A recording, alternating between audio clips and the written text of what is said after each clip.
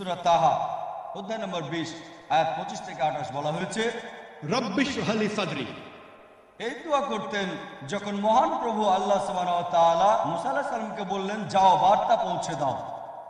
তিনি দাওয়াত দেওয়ার আগে এই দোয়া বলতেন। মুসা আলাইহিস সালাম তোতলা ছিলেন, তিনি তোতলাতেন। আর যারা আমাকে ব্যক্তিগতভাবে চেনেন, আমিও তোতলা ছিলাম যখন ছোট ছিলাম।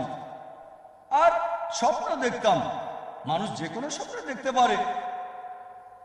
আমি স্বপ্ন দেখতাম পৃথিবীর সেরা ডাক্তার হওয়ার, কিন্তু কখনোই ভাবিনি যে 25 জন লোকের সামনে আমি কথা বলবো, কারণ আমি তোতলা ছিলাম। লোকজন আমার নাম জিজ্ঞেস করলে আমি বলতাম যা যা যা জাকির, এমন ছিলাম। আল্লাহ সুবহানাহু ওয়া তাআলার পথে এসে হয়তো 10-15 বছর আগে যখন দাওয়ায় যুক্ত হলাম, যখন দাওয়া দেওয়া শুরু করলাম, তোতলামি চলে গেল। যখন খ্রিস্টান মিশনারিদের সাথে কথা বলি,